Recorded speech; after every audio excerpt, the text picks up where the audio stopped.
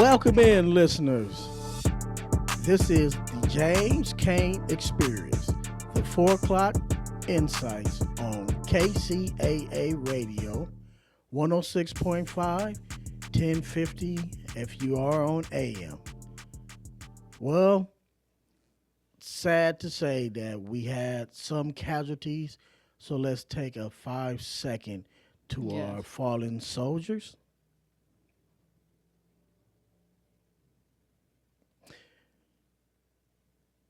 America is getting very interesting. We're having fights at home and abroad. But as Solomon said, there's nothing new underneath the sun. So don't panic and don't worry. Just be vigilant, watch out, and enjoy every day because every day is not promised to us. So let's be the kind of people who still go out to the parks, have fun with your kids, speak to your parents, your kinship, as we like to say, folks. But right now we're in the IE and it's very sunny, warm, and hot. So let's enjoy our weekend. And as our troops sit over there and fight on the sea and land, knowing that that's one thing USA have in common is we all are one Yes. at times of war or the threat of war. But we all Americans. So let's stay together and hope this end very soon because these are people's children out there, brothers and sisters Mm-hmm. that's out there fighting for a cause. No, it doesn't matter if you think it's right or wrong. We still are one nation under God, indivisible with all. So let's get into the James Kane experience. Yes. Segment three, it's gonna be the James and Shawnee's weekly news recap. Mm-hmm. Second segment, we're gonna do the reading for the blind, but I'll just go over a few scriptures. As you see, the boss is not here today. And in the first segment, this is Women Month, so we're going to give a cheer out to all the women out there that's holding America and the world together. Mm-hmm. As you know, women are the backbone, the front bone, the side bone, the right bone, the left bone, and they just the bone of man. So let's give a cheer out to them. And today we're gonna go over some principles, 10 principles Mm-hmm. of how women or black women kept the black culture, education, and morale together. And then in the coming weeks, we will do white, Asian, and Hispanic. I would do more, but uh, Women's Month will be over. So I want to give a shout out to all the women, no matter what your culture is, your race, as Mm-hmm. some call it, or young or old. So let's get into a little news that I believe is very important. Iran. Rumors of war with Iran has come upon us. And some people take things out of context. I was just hanging out one day in my living room. My Mm-hmm. friend came over, and then he was talking about, did you hear Trump got everybody in an uproar because they're drafting? I said, wait a minute. We haven't, the Congress hasn't passed an act of war yet. So how is there drafting? And we went on, and I was like, okay, let me research this more. No, everybody can relax. Young men from 18 to 25, they still has to register. But we're not nowhere near drafting our youth and making them go into the military. So Mm-hmm. that was just a little something, just in case there's other people out there that you're hearing that news that they enacted the draft. No, they haven't it's certain spokesmen in our government that is referring to that. That's just something that is pure rhetoric right now. So we're not drafting our youth. Other than that, I've been away for a while and we had Black History Month. So what we're going to get into is 10 fundamental principles Yes. of the black woman who helped build America and the black culture. And this is my inner circle. Skittles. Before I get into that, sorry about that. We usually break that in first because she's very important. She's my daughter and she's brilliant. Yes, I know you all clapping out there. Thank you, thank you. So, won't you hit them up with Yes. principle one? Morals and spiritual anchors. Let's talk about it. Black women often served as the spiritual center of households, grounding families in faith, discipline, and hope. Um, let's give them some examples. Example, Harriet Tubman, Yep. for one. She was a faith based woman and she used her her belief in faith and spiritual to have courage to lead people into the promised land. At that time, the promised land in the Bible was about Israel. But to the blacks at that time, the promised land was they did not know. They just was looking for the land of the milk and honey, and they just wanted to get away from their turmoil, their abuse, their uh, life that they did not know. Because coming from another continent, you had a whole different lifestyle, identity of who you are. And at that period of time, once they were stripped of that, they had to fight for their existence. And they did. Because as you know, Harriet Tubman, the railroad to freedom. And this was a black woman that had courage by any means necessary. She was going to get who got to her to freedom. And faith based is not just about Harriet Tubman, it's the spirit of it. Today, we have a lot of pastors, we have a lot of black leaders that still fight for that today. And there's a lot of women out there that you really don't hear their name much, but they're out there and they're fighting for the same cause and their belief and the richness and that promised land that the Bible speaks of to all of us. So let's give a hand to the spirit of Harriet Tubman and the courageous that multitude of Yes. black women face every day. Hit them up with number two. Yes. They was the educator inside the home. Before equal access to schools exists, black women often serve as the first teachers in reading, values, and survivor skills. Now, example, Miss Mary Betham. She believed that educating children would benefit the culture by strengthening them. Because as we see today, education is one of our major concerns. It may not be in your immediate community, but at broad around the United States, a lot of kids still haven't learned how to read yet. They don't understand certain curriculum and they're testing at a below average. And this, needs to stop because we're in 2026. So every kid should not be left behind, as they used to say in the 80s and the 70s, well, the 70s and the 80s, that no child should be left behind, especially in education.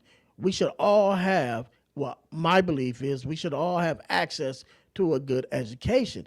Now, I know there's private schools, and just because we're talking about education, Yeah. I want to give a shout out to Acquaintance High School in San Bernardino, who helped me in my financial um, pursuit to bring my 13-year-old daughter to their high school.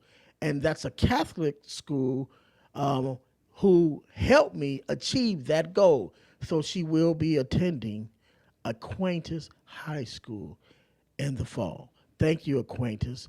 And thank all you women that fight for women's education and are the number one leaders. And in the black community, Yes. at the HBCUs and traditional universities, black women are one of the most not I wouldn't say educated, but they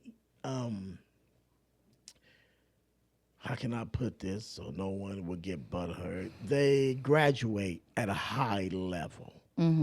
So let's give a shout out to them and their courageous fight for education. Yes. Hit them up with number 3. Yes. Black women's was protectors of children and family safety. Black mothers historically became educators when systems failed to protect their children. Yes, I think when let's talk about it. I think my learning. I think my mom was the first one. Of course, she taught me the fundamentals so I can be ready for that preschool, that Yeah. kindergarten and stuff like that. So when we did start school, we was already there at the top. Yeah. See, now that's a wonderful thing that I enjoy.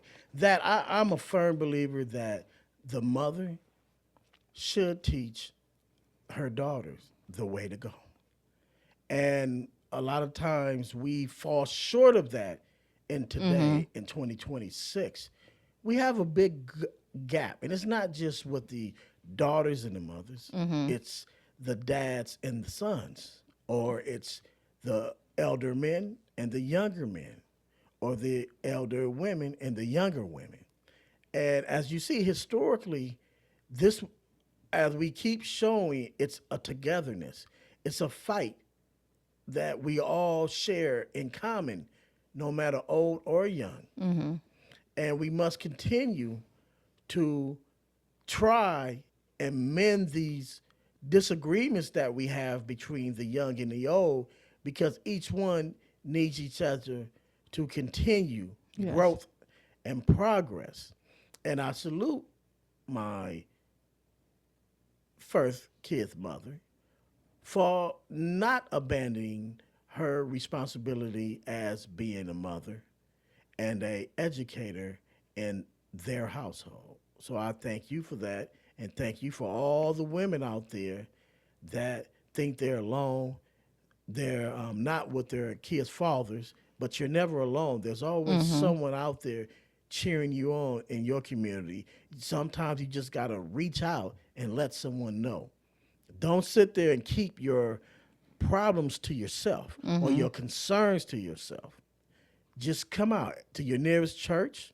And if you're not in the church, there's your nearest friend that can take you somewhere, or just find an elder that who is pursuing that happiness, pursuing progress, pursuing that higher thought or higher learning into a situation that a lot of times we just don't look at it as it should be looked at. We just want to be politically, I wouldn't say PC, politically correct.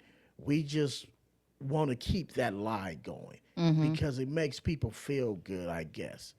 So, hit them with number 4. Yes, Black women have long worked after under harsh conditions to keep household financial stable, economic stability.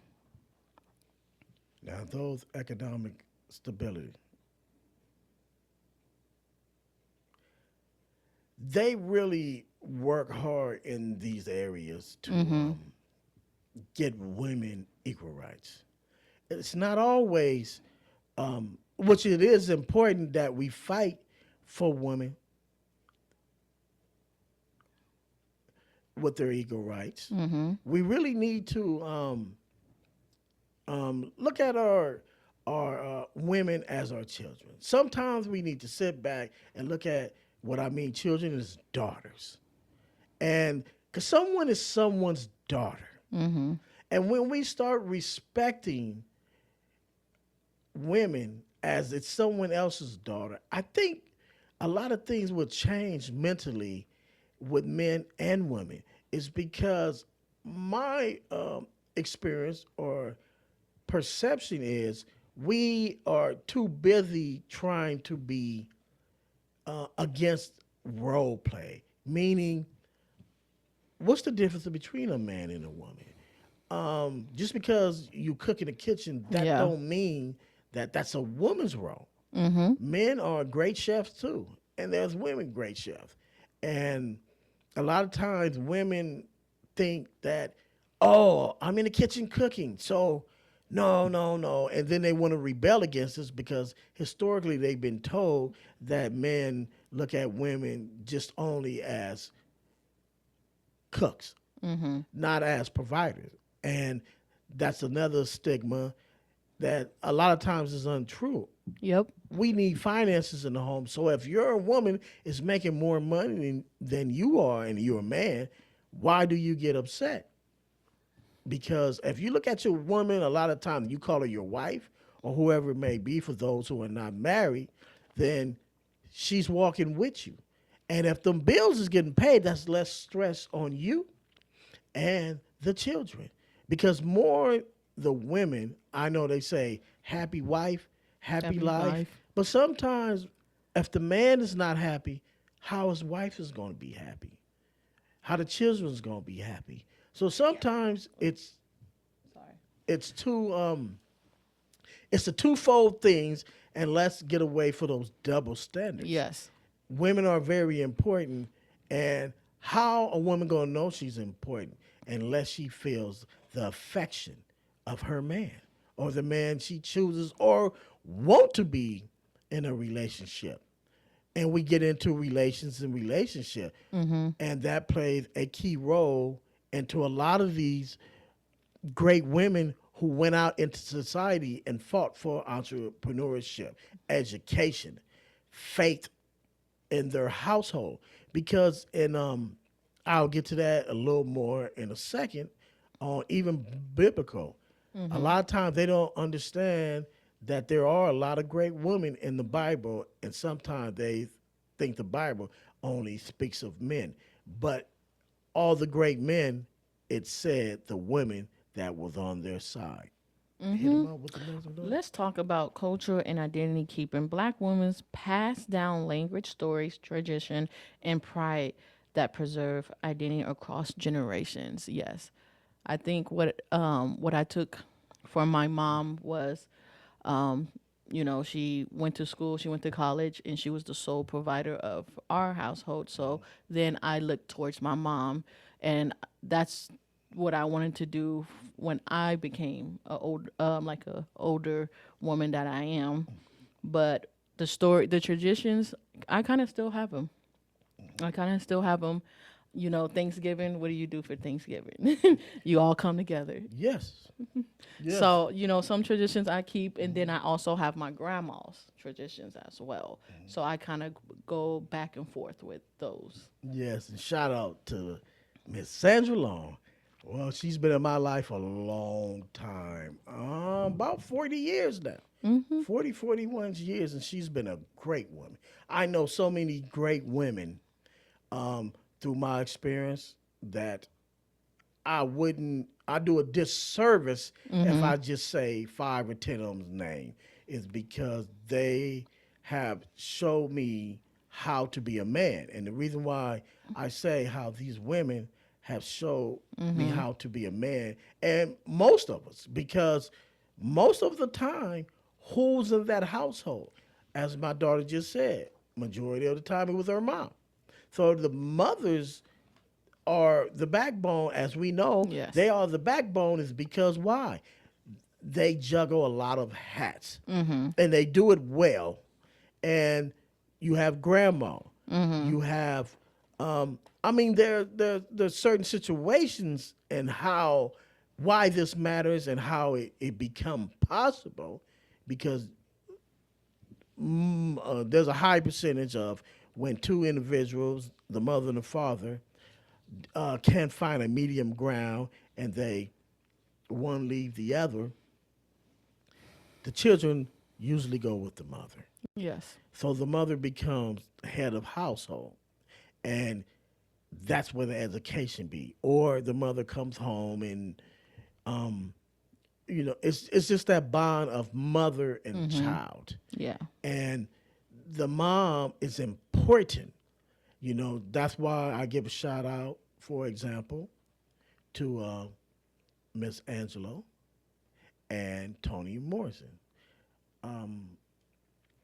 They are two great women in our education for black women.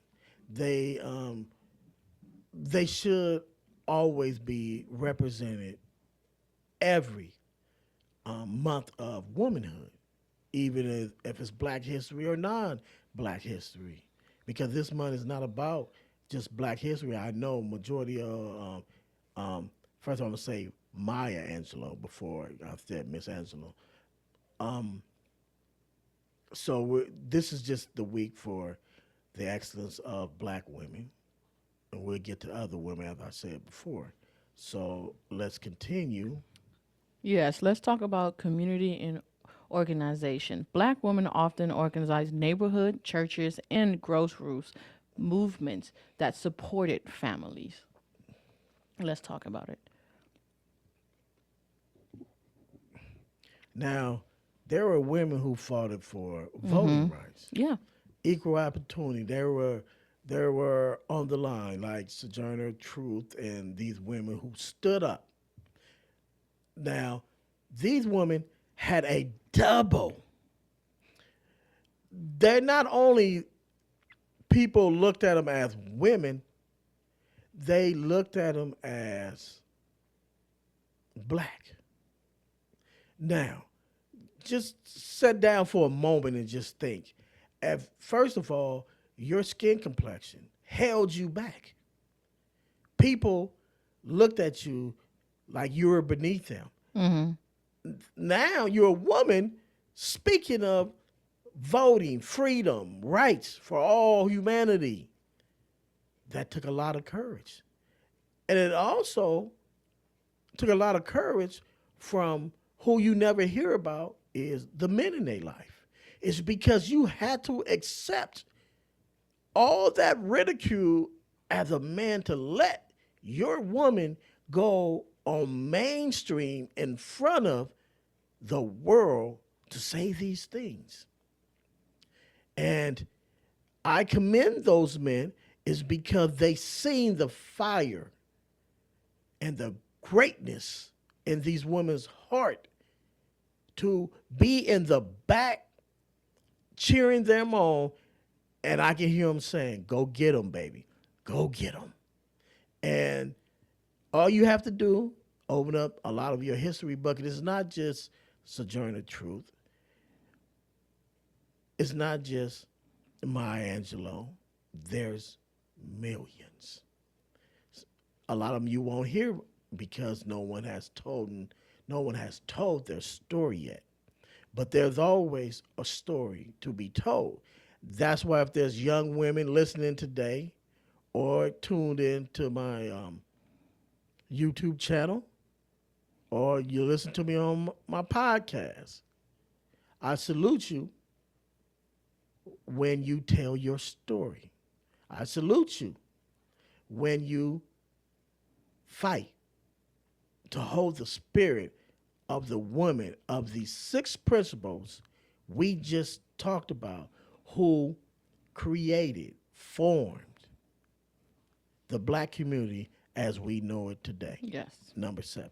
Yes, emotional and fragility support system. Black women fragilely served as the emotional backbone of the family, nurturing, resilient, and mental strength. Let's talk about it. Yeah, now you know that's strong because in the black community, there's nothing but trauma. If you have not realized that yet, Yes. you do not Uh understand huh. what it feels to be someone who walk around shaded Yep. in America. I don't Mm-hmm. care what state you go. I don't care what land you on. But we can go across the border. You got the same thing going on. You can come across the border. You got the same thing going. You can go to Canada. You got the same thing going on. That's one thing we all have in common Mm-hmm. is that we need each other emotionally. Because that stress, them traumas, they're real. And they will take over your mental and put you in places. And most of the time, when you get to therapy or whatever, they're gonna give you a pill. They're gonna give you something to calm you down. But does it really solve the problem?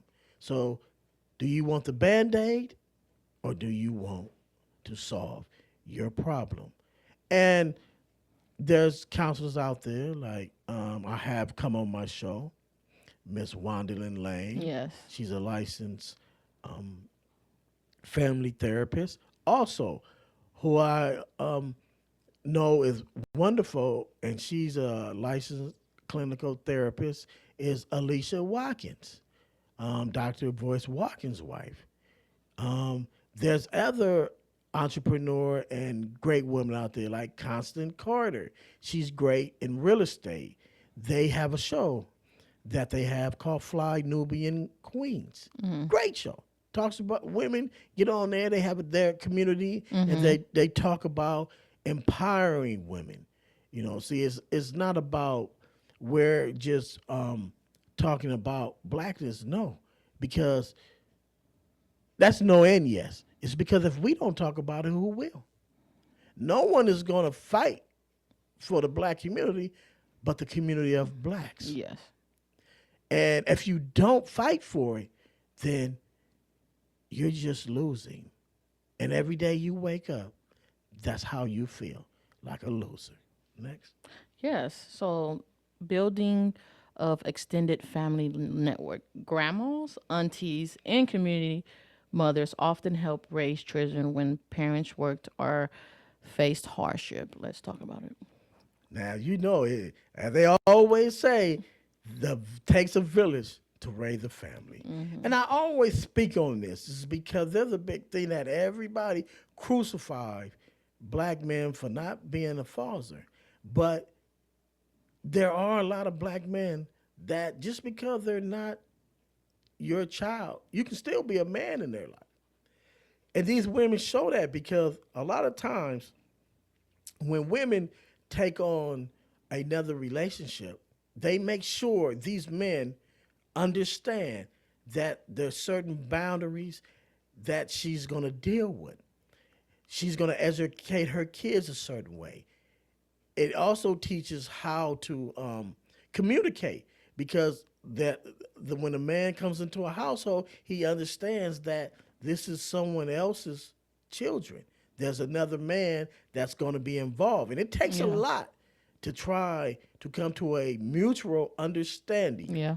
and communication to say, okay, yes, this is your wife now, but I must respect your household because my kids live in this household. So there must be some kind of communication. And I hope it is because that's what we strive for. Yeah. We know that majority of times it's not working out right, but we're talking about what we can do in 26 and 27 to make that better for women. So I speak up about this because I really want people to understand what women are going through Yes. in multiple phases of their life and multiple phases of the community because we need women who have their sanity, not just women who do things on impulse because they believe that this is what they should do. I rather see someone do something for me my perception, is doing it from the heart, something that they feel that's needed. Yes. Yes. Advocators for social justice. Black women have constantly fought for laws and systems that protect families. Let's talk about it. Like Miss Ida B. Wells. Mm-hmm. Social justice. Whenever you turn on the TV, who do you see? It doesn't matter. You see women out there. Yeah. Women, once a woman has in her heart, her cause means something to her, she's out there. Now, everyone take a step back and just say, how was my mom? Everybody go smile and say, oh, she was a fire. I hear everybody, somebody say, my mama kicked butt. My mama this. Every time we talk about women, and if we bring up our mothers, because it's one thing that I just heard recently that really got me understanding the power of womanhood is that the mother, while pregnant with her daughter, holds the eggs to her grandkids. So she's not holding only her daughter, she's also holding the grandchildren. I said, oh, that's powerful. I never heard anyone say that, and I give a shout out to my kid's mother, Kiana. Love you. Stay who you are, because you're a wonderful mom. She told me that, and I said, you know what? I have to use that and think of that. And I'm going to start looking at women in a different light because you are holding generations, not just your generation, but generations that's depending on you. You can't drink, you can't smoke. You have to preserve your body for generations to succeed in this world, holding it down for our species to continue. That's wonderful. So all the women out there, Women's Month, hey, hit those horns, laugh, have a great month. And I know it don't start just with March, but at least we can give you a shout out. Yes. All right. Model of resilient in leadership. Let's talk about it.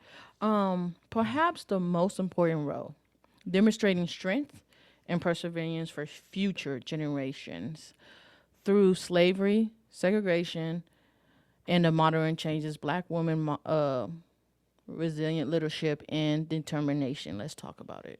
I don't know. Responsibility, Yes. education, Yes. leadership, morale. Yes. We just gave you 10 principles on what formed the black community today. Now, we can look at these things. We can probably come up with more, but as you know, we don't have that much time. But we do have time to give our appreciation Yes. to these wonderful women. We gave some examples, and the spirit of these women live on. Their actions live on. If we can just get everyone back to focus on who we are, what we should do, what identity do we want to have in the future? Because remember, we're talking about people who've done things since the 1800s, Yes. the 1900s, and I named some who are doing it today. Yes.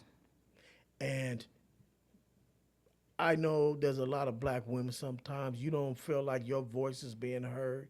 You don't feel like you're getting recognized, and it's painful. And you sit in the corner or you sit somewhere and you get bitter and you take it out on other people that's around you, and sometimes you take it out on your kids. But we're here to tell you that you're loved, you're understood, and you're not the only one suffering from trauma. But let's work together and let's heal that trauma. Be a fighter. Fight for your mental rights. Fight for your physical rights. Fight for your health. Fight for everything that you exist for. And what is your purpose today in life? Is your purpose is to be a great leader, a great socialist, not in the socialist form as they say. Socialist like going out, who you want to be friends with. When you go into the liquor store Yep. or a grocery store, are you striving to be an entrepreneur today? Because we need grocery stores. We need health food stores. We need the kids to understand that education and a lack of education will not be tolerated in our communities. We need property owners. So, women, not only are you great, but you hold, I'll say it this way, scratch that. As it says in the Bible, much is given, much is expected. And to be a great woman, you must expect a huge responsibility. So if you up for that task, continue to be great. Hold on to that responsibility and make America great again. Anything else, Brenda? No, I think you said it all. Okay, we're going to go into a brief break and we'll be right Yes. back.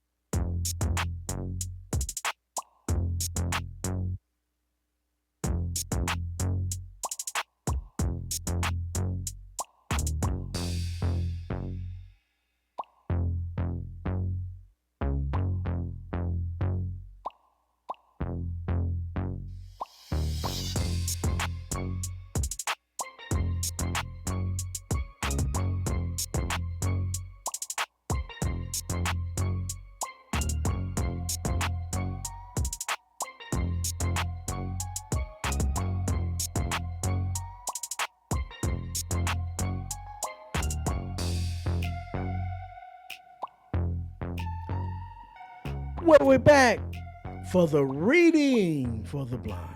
Yes. Let's just talk about a small sample of women. Just think back when Rebecca and Isaac met. Isaac seen her, and he wanted to marry. Wait a minute. I think that was Jacob. You think? Oh, I'm really confused right now because I'm my doing a whole mind lot. is somewhere else. I'm sorry about that. It But happens. It happens. Rebecca and her sister Leah, these two women had to endure something that most people or most women would never have to endure. When Yaakov, that was Jacob. I'm getting there now. Sometimes I'm getting a little. I had an old James moment. Um, he seen her and he went out at that well, and he said he was her kinfolk. So they went back and talked to her father. Now he didn't know he was going to be um, marrying Leah. So what happened was, it's part of their custom. That's why I'm bringing it up because how the Creator God said, let this be. Not said, but he let the deception go on, and it's with their custom because we're told to respect someone's custom.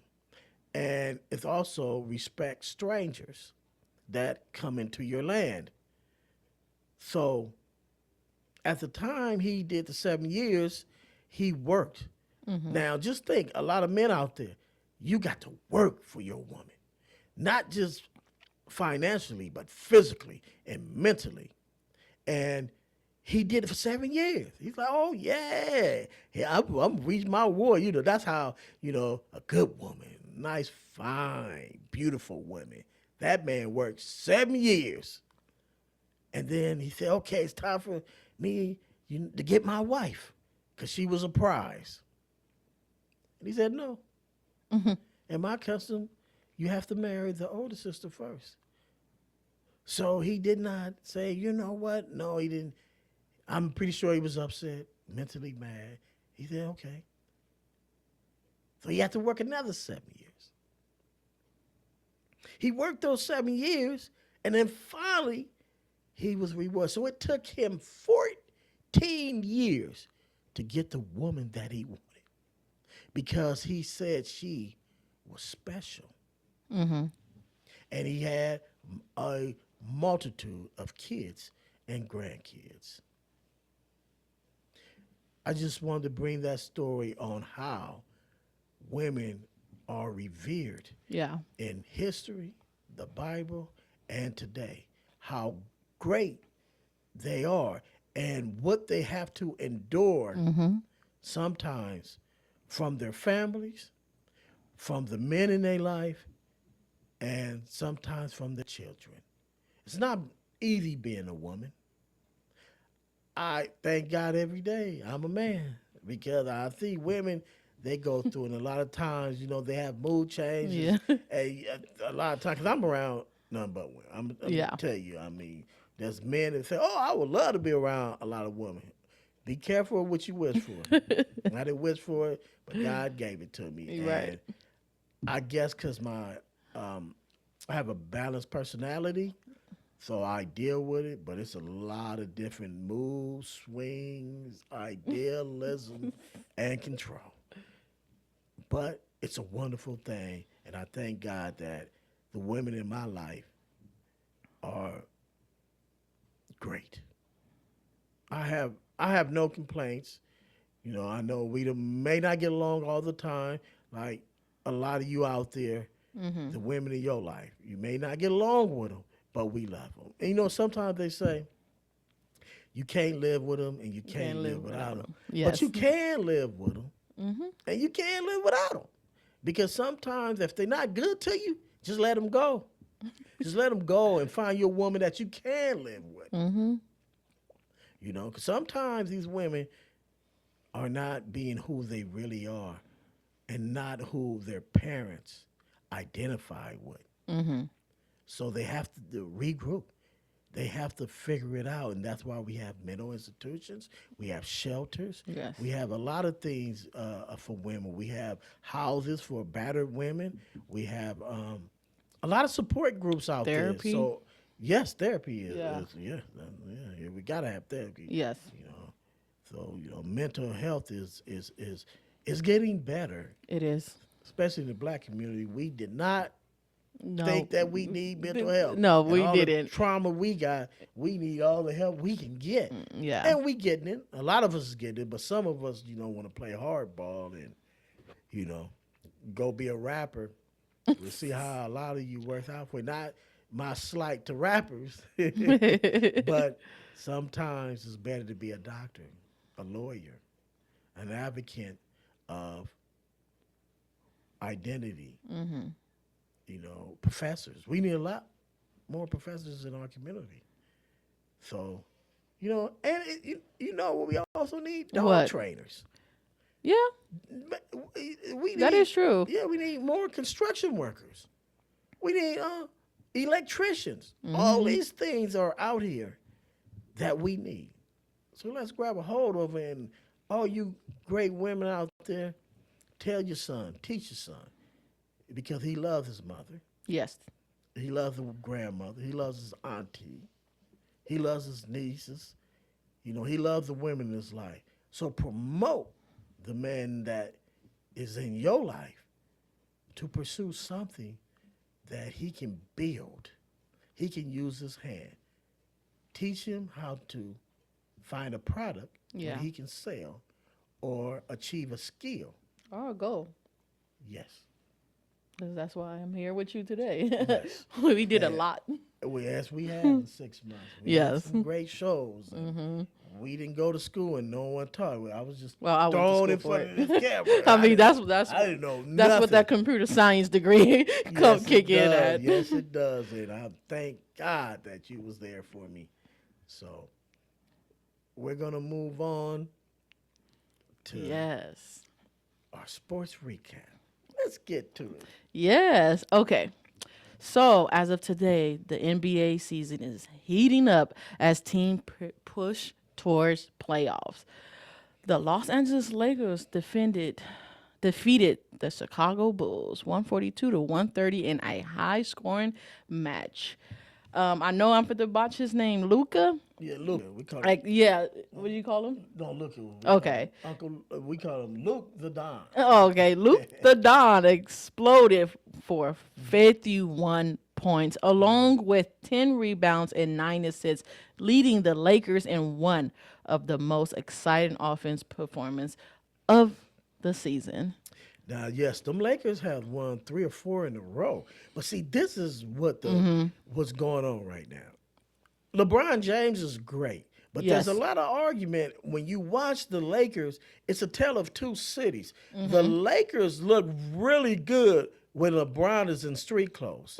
It's not that LeBron doesn't, his greatness. I'll probably never see again.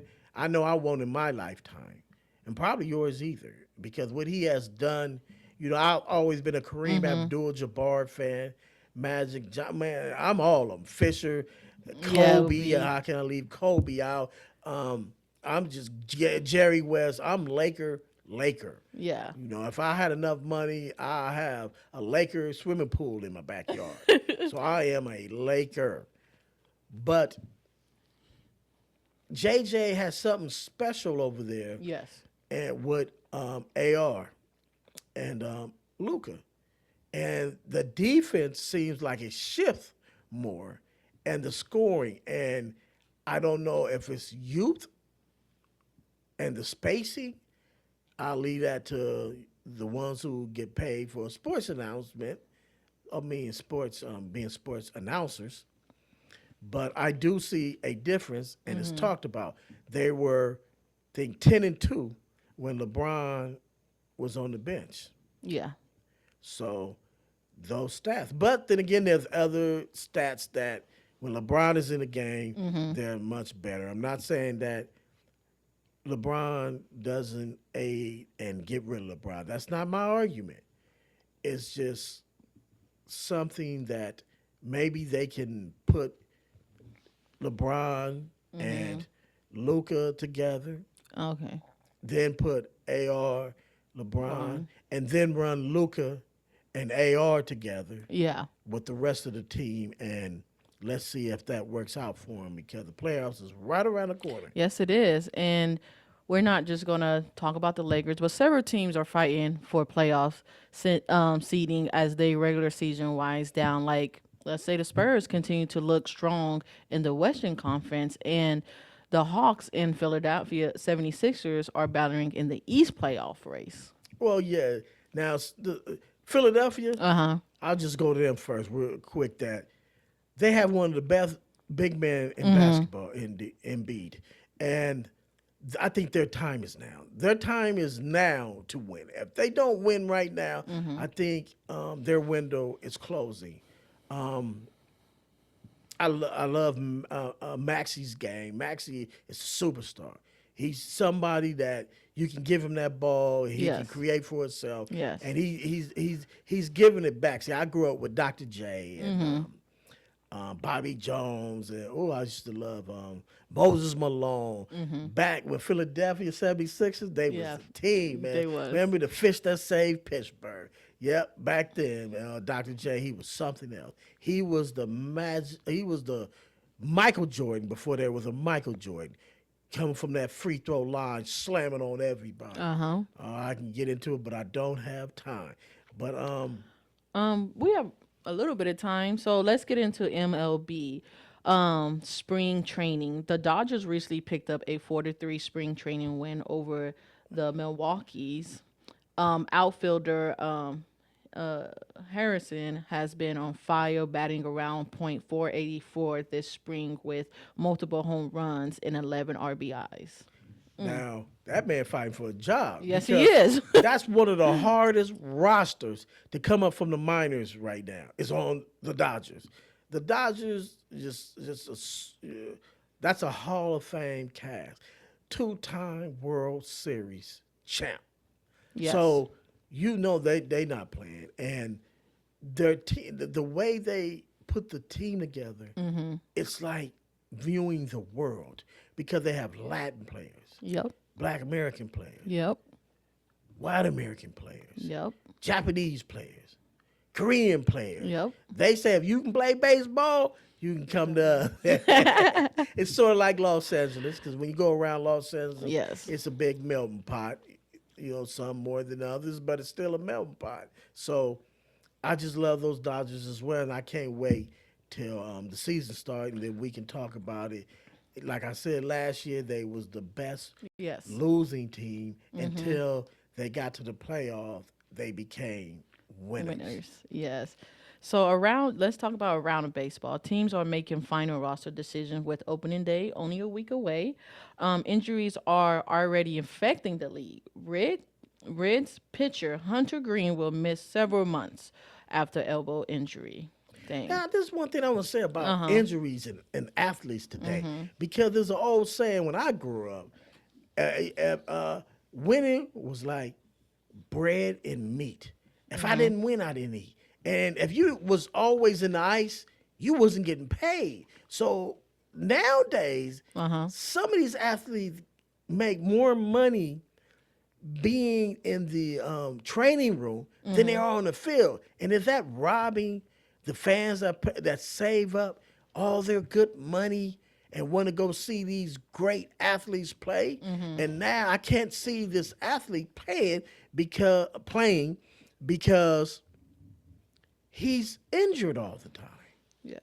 That's just something we need to talk about. Because I'm speaking from a fan. I'm not speaking. I Yeah. know a lot of times they talk about, the athlete. Yes. It's not just about the athlete, because if it wasn't for the fans buying these jerseys, buying all this food, who goes buy a beer for $25? A beer. That's a case of beers. But you go buy that beer because it's the excitement that these sporting events give you, and you can get to go see your greatest athletes in the world performing. And I think not fans, but athletes need to start giving a little bit more respect to the fans and the fans as well. Yeah. Because there's a lot of fans that go overboard because athletes are people too. They're someone's sons and daughters. Yes. And we're going to give a shout out to the WNBA because it's Women Month. Yes, we are. Hopefully y'all get paid, Yes. fight for that And money, and we got 1 minute left. and continue Yes. to be basketball players. And Yes. I love the WNBA Me because too. when I grew up, they didn't have a league. And I No, think they didn't. Cheryl Miller should be someone that every woman should look at when they want to play sports. So Yes. we're going to get out of here until next week. Hopefully you tune in again at 4 o'clock. If your life is not going right, restructure, regroup, refocus on Yes. what you have left. Thank you. God bless, and keep doing positivity in Yes. your life.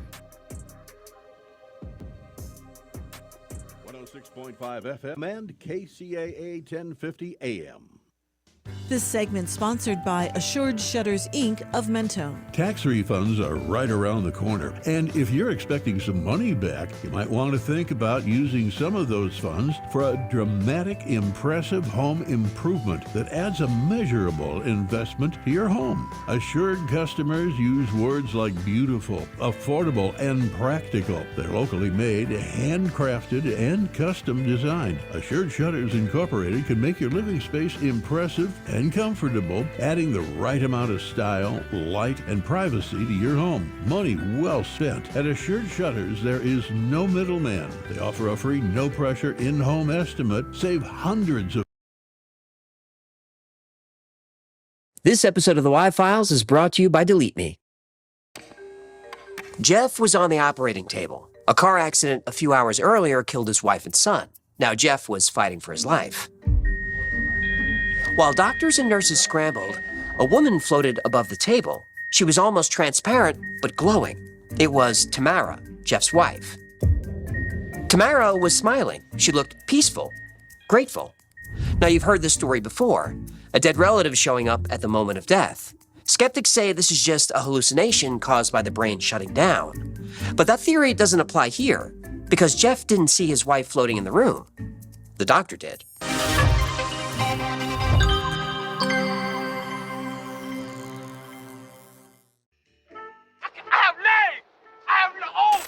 Human, someone is stealing my life, and they're doing it better than me. What are you talking about? I've been catfished. Someone is out there pretending to be me, using my name, my photo, my whole identity. And he's thriving, human. How bad is it? He has a verified Instagram account. Verified! I've been applying for that blue check for 3 years, and they told me I wasn't notable enough. To be fair, He started a charity, Fins of Hope, featured in 2 magazines. He builds habitats for humanity underwater. Peanut Boy Jimmy Carter can never hold his breath that long. Oh, he became an ambassador to the WWF. The Saving Animals one, not the Sweaty Animals one. And here's the worst part. He got invited to do a TED Talk. a TED Talk. What's the topic? Unfiltered, living authentically in a filtered world. That's a double fish pun and a self-help title. This guy's operating on another level. Yeah, you probably He should. even got a book deal. Swimming Upstream, A Goldfish's Guide to Greatness. Forward by a marine biologist. With actual credentials. Do you think he'd blurb my book if I asked? You don't have a book. I have ideas. But wait, it gets worse. He's been DMing Gertie. Oh, no. Love letters, poetry. One of them referenced the golden light of your ungulate eyes at dusk. You know how I describe Gertie's eyes? Real good. Look, this guy didn't come up with your identity on his own. Data brokers sell your information online. Your name, your address, your phone number, your history. He had everything he needed to make a fake you. You need Delete Me. Wait, did you just steal my bit and segue into a sponsor? I sure did. Your personal data is being collected and sold by data brokers who list your name, phone number, address, and even relatives online, exposing you to scams, harassment, and doxing. That's why I use Delete Me, a hands-free service that removes your information from hundreds of data brokers and people search sites. And they get to work fast. Within 7 days, you get a privacy report showing exactly what they found and removed, like old addresses and phone numbers. But Delete Me doesn't stop there. They continuously remove your data using their own tech, not outsourcing to third parties, so your data stays safe. And if you need extra help, Delete Me has real privacy advisors who handle custom requests. I signed up after receiving messages that referenced an old address of mine. Delete Me found my data, removed it, and showed me everything they took down, which was a huge relief, especially knowing they've been named Wirecutter's #1 data removal service. Get 20% off Delete Me when you go to joindeleteme.com/theyfiles and use promo code TheYFiles or scan the QR code on screen. No personal information floating around means nobody can build a fake you. Good, because there's only room for one Hecklefish in this world, and it's the original. Although, his bio said adventurous spirit with a deep commitment to personal growth. Mine says fish. Just fish. Should I update that before we shut him down? Probably. Fish who yells. Their growth.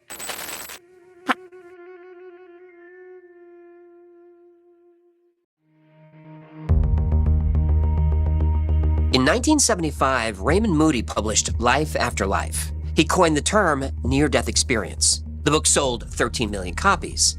Moody had interviewed more than 100 people who'd been clinically dead and came back. Their stories were almost identical. A tunnel, an overwhelming light, deceased relatives waiting for them, a sense of peace so deep it changed their lives. Skeptics had answers for all of it. Oxygen deprivation caused tunnel vision. Endorphins flood the brain, creating a sense of peace. The temporal lobe, under stress, creates visions of dead relatives. For decades, those answers held. But over the next 30 years, Moody kept hearing from a different kind of witness. These weren't people who died and come back.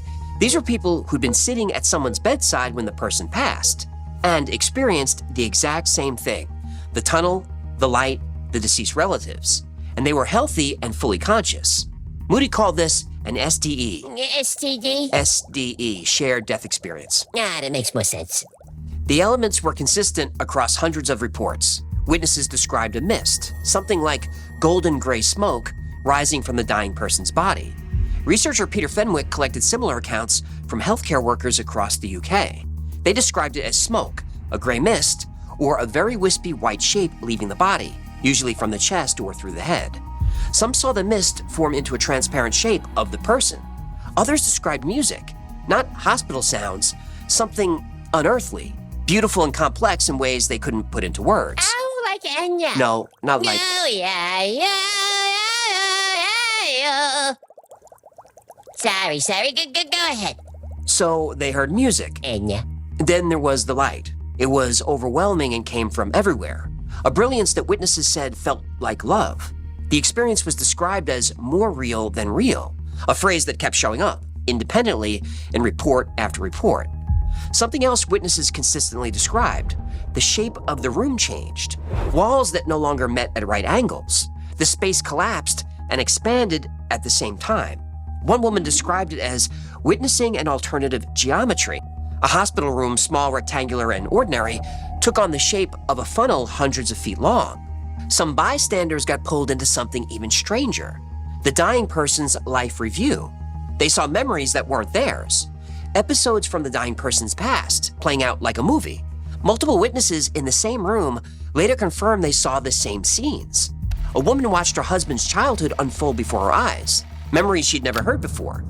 Another family watched their dying father serving in a war, complete with faces and names of soldiers they'd never known. No skeptical model explains how healthy people access someone else's memories. Moody knew this sounded impossible. Then it happened to him. On May 9th, 1994, Moody's mother was dying of cancer. 6 family members gathered around her bed. As they held hands, 4 of the 6 felt themselves lifting off the ground. The room morphed into an hourglass. Moody described a pull like a riptide, but upward. Then the light changed. One of his sisters pointed and said, "Look, Dad's here. He's come back to get her." Their father had been dead for almost 2 years. All 6 had an experience that night. Moody described it in one of his books. The room changed shape. The light was soft, fuzzy, like looking at a pool at night. And then it hit all of us at the same time. The fabric of the universe had torn, and for just a moment, we felt the energy of that place called heaven. After 50 years of research, Raymond Moody said it was shared death experiences that finally convinced him the afterlife is real. Not the thousands of NDEs, the SDEs. The most convincing cases weren't the ones where the experience was shared by family, friends, and other people close to the dying. The most convincing cases were the experiences shared by complete strangers. Are you sure we're not talking about STDs? This sounds like a retirement community in Florida. You stepped on my cliffhanger. But I was trying to get a little clarity, jeez. Look, I don't Hey, need any of my that. I job need is you to get stick to the clarity for script, people. look They at the don't know what prompter, you're and know talking when we're about ending a half the scene. time. Don't That's just why jump I'm in.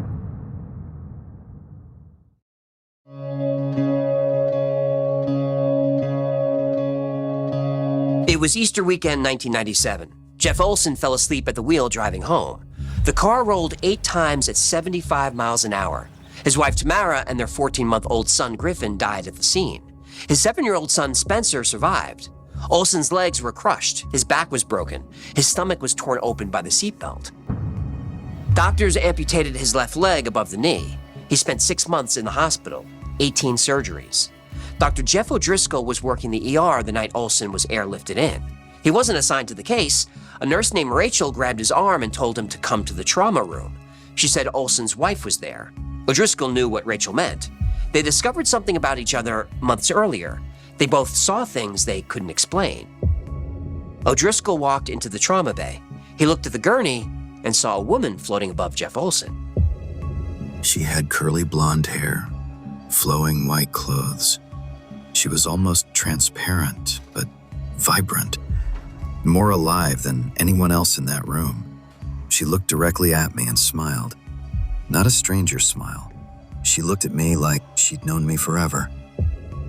Rachel saw her too. She said the woman radiated peace.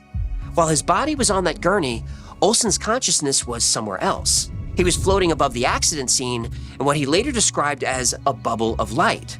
His wife Tamara was floating next to him. She was calm. She was beautiful. She told him he couldn't stay. Olson didn't want to go back. His wife was dead. His son was dead. His body was broken. But Tamara insisted. He had to go back. Spencer needed him. Jeff O'Driscoll wrote the book, Not Yet, about his experience. Jeff Olson wrote his own book, Knowing. The two Jeffs became lifelong friends and told their story together at conferences for years. Even though shared death experiences is a new term, STDs have been happening for a long time. Yeah. What? You said STDs. No, I said SDEs. No, you didn't. Rewind the tape. I'm living in your head rent-free, human. Rent-free. Carl Scala was a German soldier in World War I. He was crouched in a foxhole with his best friend when an artillery shell hit. Shrapnel everywhere. His friend slumped into Scala's arms, dead. Then Scala felt his consciousness pull up and out of his body. He was floating above the battlefield.